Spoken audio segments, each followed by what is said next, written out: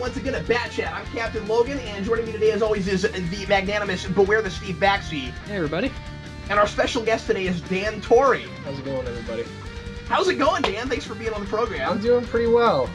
Thanks for having me, even though I am not anything close to an expert on Batman. And I haven't seen this episode in 12 years. I haven't seen this since I was a kid, so it'll be interesting to re-experience it with you guys.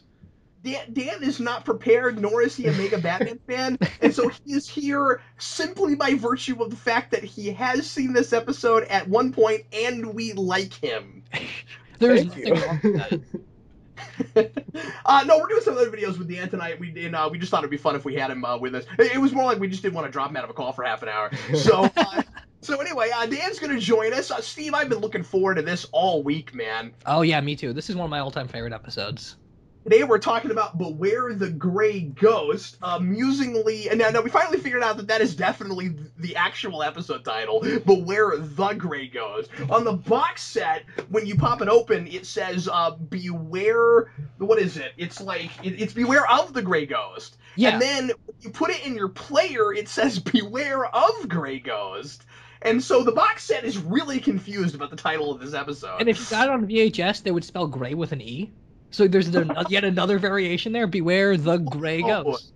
That's hilarious. So everyone is confused about what the... Anyway, so it's called Beware the Gray Ghost. This is the Adam West Batman episode, or the Adam West episode. And I watched it again today, and I've seen this episode numerous times. It made my top 10 when I did Superhero Rewind. And Steve, watching it today, once again, I teared up at the end. Oh, it's so good. It does that to me all the time.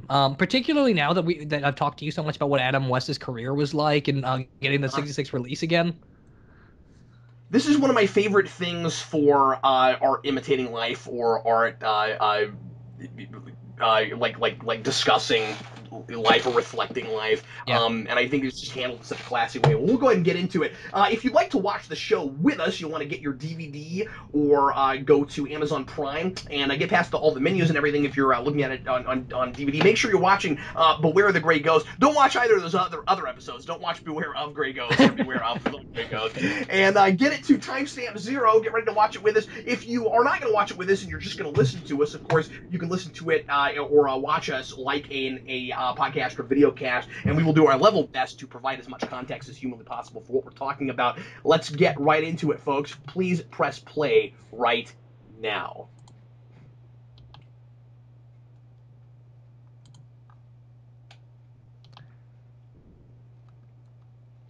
The initial shot of the police blimp thing always reminds me of Night Owl's ship from Watchmen.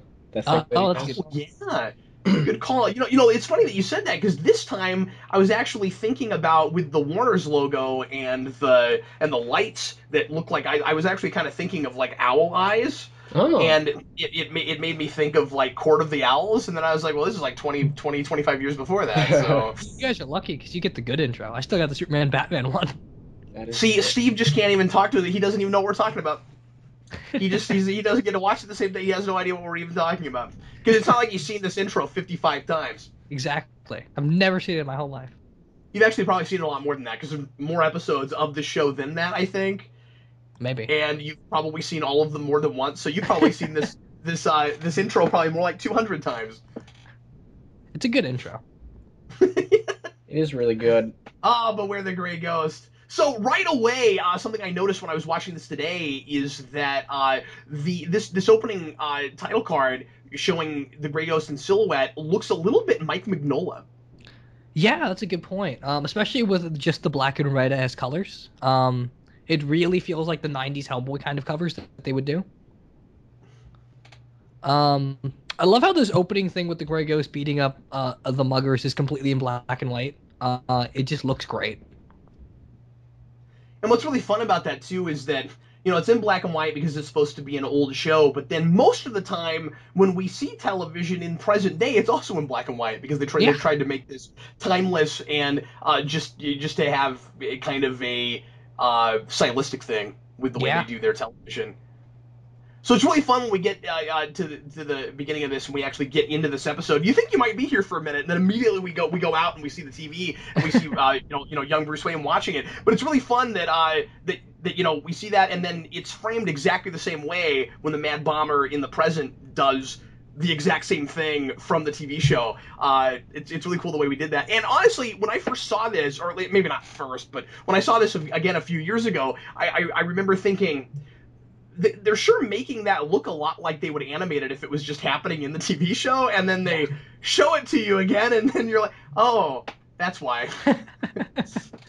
Does anyone else think that the Grey Ghost costume looks a lot like Wesley Dodd's Sandman?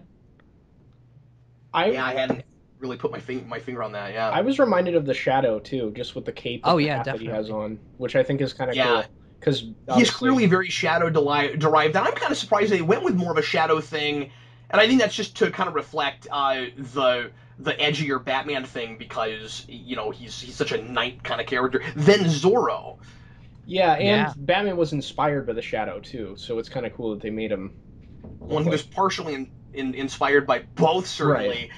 Right. And I just think it kind of fits the motifs of the show a lot better, especially because you get the sense that Batman actually, well, you don't just get the sense, it's very clear in this episode that Batman actually derived a lot of his look and modus operandi and stuff actually from that character.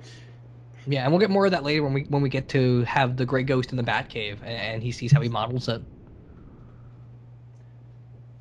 The bat symbol on the chest in this episode, Steve, looks different than it usually does. It is almost identical to the one in Batman Returns, and I think it's really kind of interesting that the suit in general looks a little bit more 89 and 92. In this particular episode, that wouldn't be unheard of, just considering how much of this production, how many of the character designs were influenced by 89 and Batman Returns. Like, even in the comics, Batman got a 89 costume right after Nightfall because of the movie. So clearly they're maybe playing around with that a little bit. I have no complaints there. I like the designs from the version. Oh no, I like it too. Yeah, me too. I'm just surprised that in this particular episode we're doing that, almost consistently. I almost wish Robin was in this episode just to kind of hit the 60s theme home again. Yeah, that's a good point. I'm not sure there's really room for him. No, probably not, but just the idea that the Grey Ghost taught Bruce and Bruce is passing it on to Robin, I think that would have been a cool legacy thing. Why is Alfred's mustache white? Good question. I just broke my train of thought there. That's weird. It's usually black. So obviously, as I said, oh, by the way, there's this really amusing running gag in the scene where Alfred just keeps cleaning things, and that's really funny. He's just in this random video store and he can't stop cleaning things. He's like, this place is, or I forget if this is a video store or if this guy's just a collector. So obviously I'm in love with this episode. We're going to talk about a lot of the legacy stuff and all of that. But I do want to, Steve, I think in this scene, throw out my big complaint about this episode, or just a story thing, and that is, I wonder, and there might be a good reason, but I wonder why Simon Trent, the guy who played the Grey Ghost, doesn't give up his tapes of, or not tapes, but his reels of the old Grey Ghost shows, because everybody thinks that there aren't any and they've gone up in smoke and they're completely gone, and he's got them and he can't make ends meet. And then once he finally gives them up at the end, suddenly he's super popular again and everybody's watching the Grey Ghost. And the only reason nobody's watching it, the only reason it's not in syndication, is because he's hoarding them. It seems like he could solve his problem if he would just give those up. Yeah, that's a good point. Initially watching this, my mind just goes that, well, he may be hoarding them because that's the one thing he's attached to, because he wouldn't be anywhere where he was without the Grey Ghost, but at the same time he's exactly where he is because of the Grey Ghost. So he's selling everything else, but the tapes almost make it real for him because how much of his life parallels the popularity of that character. And I thought of that, but the only reason I question it is because that's not really in the episode. It's not talked about. That's fair, yeah. And he's so desperate for any kind of work. Like he's not played as being too proud to do that role again or to have anything to do with that role again. Yeah. He seems to just be. I mean, he says in this scene, I'm an actor. I could play other roles. I can't. It's not just the Grey Ghost. But he's clearly, and I think that's part of the reason he's so likable. And of course, he has this in common with actual Adam West and with Batman, that he still has nostalgia for that period, and he still is glad that he did it. It's just that where does he go now? He's a washed out has-been actor, but he doesn't blame the character. Yeah. He doesn't blame the role in the show, and so I don't know. It's just if he's sitting on those, I don't know why he doesn't consider at least letting somebody else copy them so that they can be in syndication. And it becomes a further problem when the villain leader, who doesn't look like he could possibly be any older than 18 or 20, knows anything about the Grey Ghost. Yeah, especially if it wasn't in syndication. And it doesn't seem that it is. Otherwise, that guy with the videos would at least have bootleg copies. Yeah, that's a good call. One thing I do want to mention though is the stuff with the financial troubles that we're talking about with Simon Trent. Yeah. The funny thing is that a lot of that isn't as much Adam West as much as it's Al Hodge, who was the star of that Captain Video and his Video Ranger show back in like I think the 50s. I'm not positive. And Bob Hastings, the guy who voices Commissioner Gordon, his younger brother played the sidekick on that show. So they got like a first-hand connection awesome. to that. Yeah, but a lot of the cool stuff with Simon Trent's not only Adam West influence, but it's kind of speaking to all of the actors that played those old video serials and never got work again. We talked over it, but there's a lot of really cool little homages to things all over this and Easter eggs, but and not just the Batman stuff. A second ago we saw the creature from the Black Lagoon. Oh yeah. In just a box. Did anyone think that kid that he was sold the costume to looks a little bit like Bruce Timm? Oh yeah, he's based on. Well, he not Bruce only Timm. looks like Bruce Timm, but he's voiced by Bruce Timm. Oh, okay, cool. Yeah, and the other thing. Sorry, go ahead. I'm sorry, go ahead. No, you're fine, Steve. I was just gonna say, and the other thing is the video store clerk that Bruce was talking to before is based on Paul Dini, and Paul Dini at the time was really heavyset. So him seeing himself in animation being so large motivated him to lose weight. That's awesome. I think it's fascinating, and I don't want to read too far into this because I don't know that this is certainly not on purpose, and I don't know what kind of a read you could do on this, but I think it's really fascinating that the guy who has updated Batman and who has an affinity for 60s Batman and is doing this legacy passing the torch thing in this episode is voicing the bad guy who is making a mockery of that old show. And I just think that's really interesting. They do that quite a bit, like in Batman Brave and the Bold. In Batman Brave and the Bold, there's an episode with Batmite where Batmite is holding a press conference to all the Batman fans saying that the campy Batman's okay again, and Bruce Timm and Paul Dini are there as Joker and Harley Quinn. They're like, meh. I remember that, but I didn't know who the voices were. That's pretty funny. They got a little bit of a history of that, which is fun. Adam West, of course, gives a brilliant vocal performance in this. I think it's important to mention just how minimal the voice acting and dialogue is in this episode. It's not super dialogue heavy, and yet it's also not just straight up, visual storytelling. I mean, obviously, you do need all this dialogue, but I think that it is as minimal as it possibly could have been. But his performance is incredibly nuanced, I think. Yeah, I agree. I'm sure there's a good number of people that don't like 66, so they hate the idea of Adam West doing anything that's this serious. And I mean, I've talked to those people, so it's great to see that you can give them a video of something like a performance Adam West does here, and it's wonderfully subtle. And it's not like that show at all, but at the same time, it's very human and it's very reminiscent of what he used to do. Well, you have Bruce Wayne, sorry. Adam West is actually just Bruce Wayne. He's the real Bruce.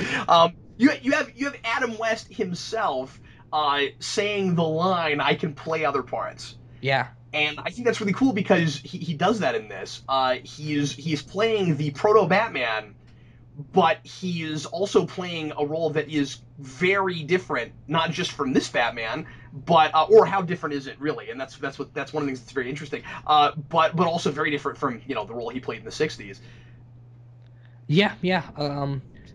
I wish he was in more of the show. I know in The Batman he plays the mayor, so he's got like a pretty consistent role there. And in a lot of animation he does this sort of role. Like he was in an episode of Kim Possible where he played the exact same thing, and he passed on his costume to the guy that plays Terry McGinnis, who's in that show, which is fun. Let's look at these videos here. Terror in the Sky is in there. Yeah, an actual episode title. And Dr. Death is in there, which is the Batman villain from the early Golden Age. That's awesome. Just so many neat little Easter eggs. Obviously, this was just a giant tribute to Batman in general, and I think to the history going all the way up, but then also to all the pulp stuff that inspired Batman in the first place, and the action serials that inspired the show. One thing that's a little bit weird about the Grey Ghost show, of course, is that we're told it was a TV show, but it acts like a serial. Yeah, that's true. It seems like it should have been in the theater, and I don't have a problem with that, but I don't think there was really anything on television that was like this. Yeah, it looks really dynamic for being a TV show, especially in that late era. Oh, I love that Bruce Wayne's got popcorn for this. That's hilarious. Yeah, that's great. Well, I think it's really fun. I mean, this is one of those episodes that really humanizes Bruce Wayne. Yeah, it's one of the rare times you get to see him smile when he's working on a case. It's because he gets to about before his parents were killed. I would imagine this is one of the things that made him happy. Yeah. I wouldn't be surprised if he took Grey Ghost with him even after his parents died. And that's kind of the thing that got him motivated to keep going. Well, I think it's really interesting too that his whole message to there's a whole identity thing in this episode, and his whole message to Simon Trent in this is, no, you are the Grey Ghost. You're not, but you are. If you agree with, if you believe in what the Grey Ghost was all about, and you put yourself into it, and you had that passion for it as you were creating it, you are the Grey Ghost almost as much as I am Batman, and it gives this kind of humanistic quality to the idea of Batman. Not just Bruce Wayne himself. This is one of those really rare times, not just where you get to see him smile, but also where Bruce Wayne and Batman, the men kind of become one, and it's not Batman trumping Bruce Wayne. Yeah, and what's also cool is the Grey Ghost thing, the way it parallels Grey Ghost with Simon Trent and then Simon Trent with Adam West. A lot of the Batman actors have a bit of a history of this, where in real life they sort of either try to be like Bruce Wayne or they've got like a bit of a Batman complex because of how popular that role was. Like, Bob Kane was not necessarily a great guy, but his whole life he tried to be Bruce Wayne. In the same way that we talk about Adam West, sort of trying to embody that role. And guys like Grant Morrison and Paul Dini and even Bruce Timm to an extent, a lot of what they do and a lot of what their career choices are, a lot of what their life philosophies are, come directly from Batman because they worked on that character. That's fascinating. And obviously, the actor you're thinking about the most with Simon Trent is Adam West because of his history and because that's who's voicing him. But I think it also always has evoked for me a lot George Reeves. Yeah, definitely. Especially considering the reasons behind his death. It even makes me think of a little bit of a Christopher Reeve in that it's the exact opposite sort of scenario. Yeah. These are guys that weren't able to get work afterward, and then what do they do with that? Yeah. Sean Connery's got that little bit with James Bond. We were talking about this before we started recording, but like Sean Connery had a really hard time getting off the ground after James Bond. So it might even like extend to just any sort of popular character, what that does to an actor or what does that to their reputation, especially considering like early 60s, 70s films and TV shows where you didn't have a lot of diversity anyway. Well, and what does it do to their psyche and the way they behave when everyone identifies with them as that character? When they walk out on the street, people call them by that character, but they don't get a lot of other roles. Yeah. And all they really are able to do is sit around attempting to get more work and thinking about how they're kind of trapped being remembered as that role, and then how much in their own minds, some of them, is it impossible not to think of themselves as much as that other role as they are themselves. I mean, like, Leonard Nimoy was Spock. He wasn't Spock, but he was Spock. And Adam West was Batman. He wasn't Batman, but he was Batman. Adam West talks sometimes in interviews about how one of the reasons it was hard for him to get more work was because the voice he did for Batman was just his voice. Like, everybody thinks that he's doing a thing there. That's just what he sounds like. That's how he talks.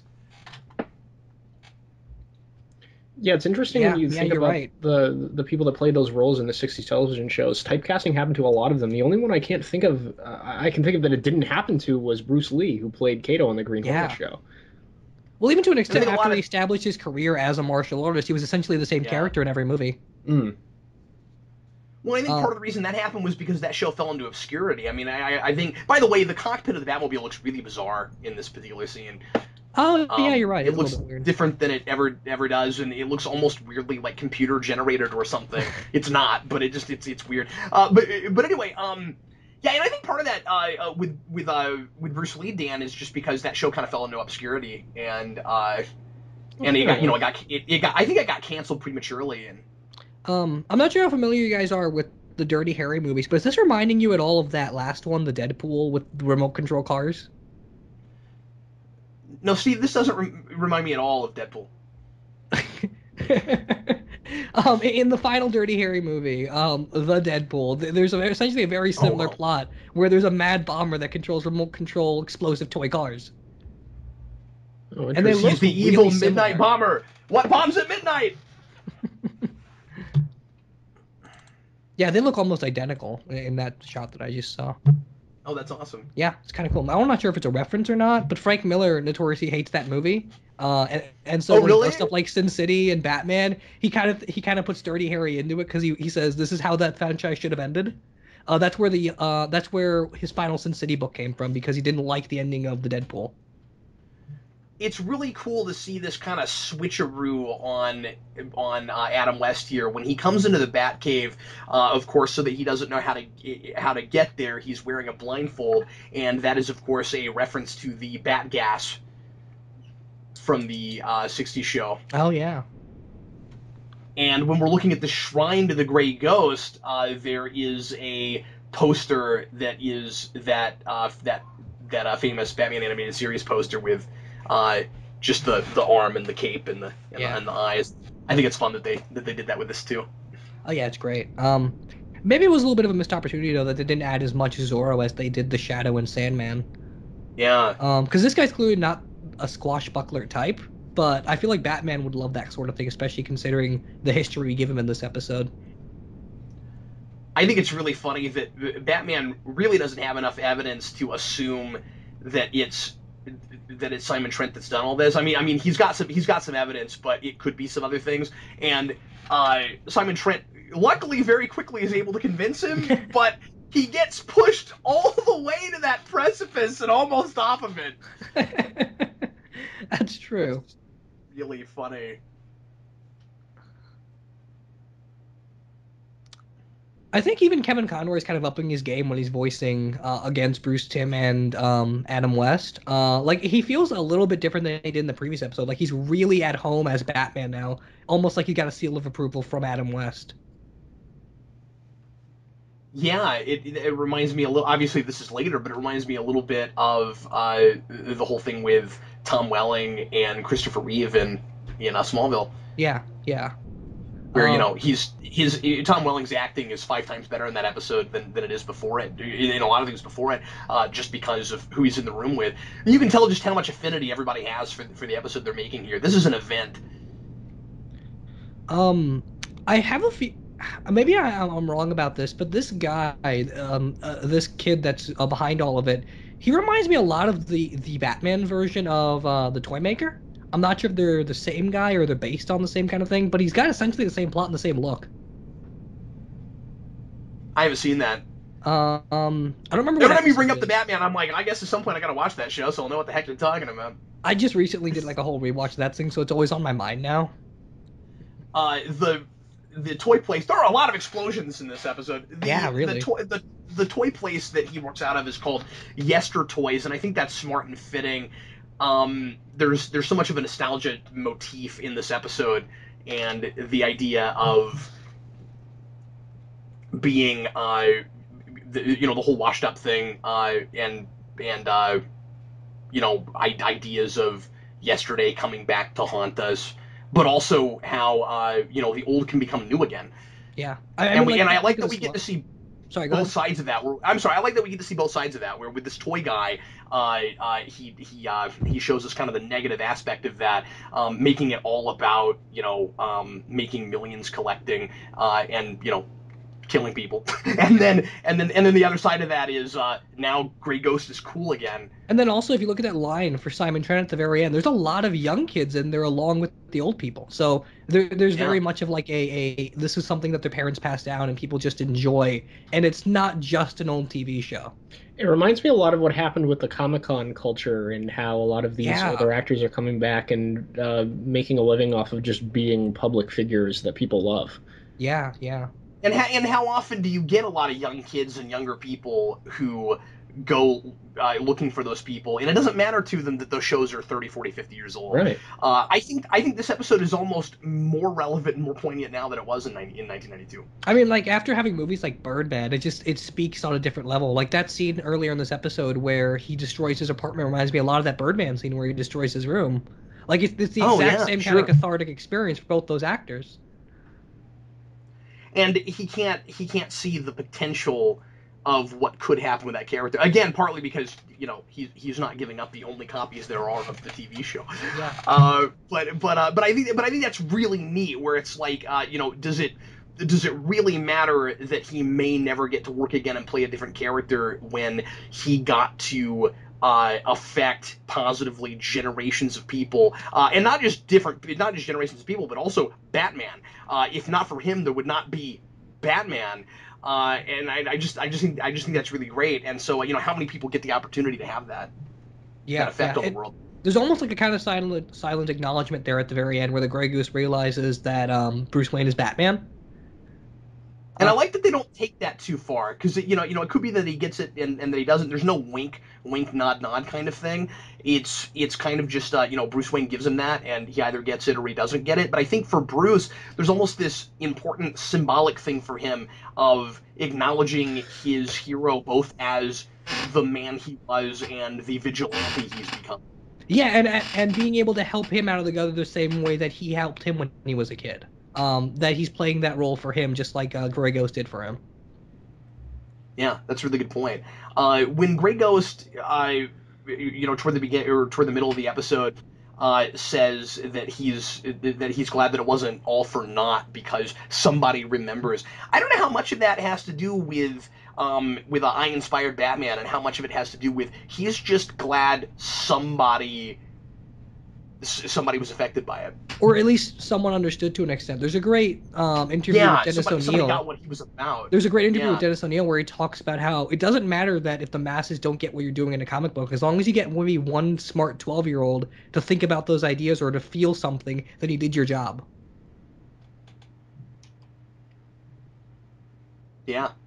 That's great. Well, this is one of those episodes that I almost wish instead of doing a commentary, we just talked about it for an hour.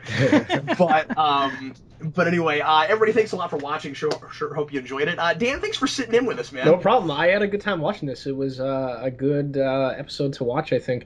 I got to go back and watch through the series at some point, because this is a series I used to watch all the time on TV, reruns when I was a kid, along with Spider-Man and X-Men and Superman and Justice League and all that stuff. So it was a good experience to go back and watch it. Folks, we will be with you again next week with a long-anticipated episode. Am I right about this? Next week is Feet of Clay.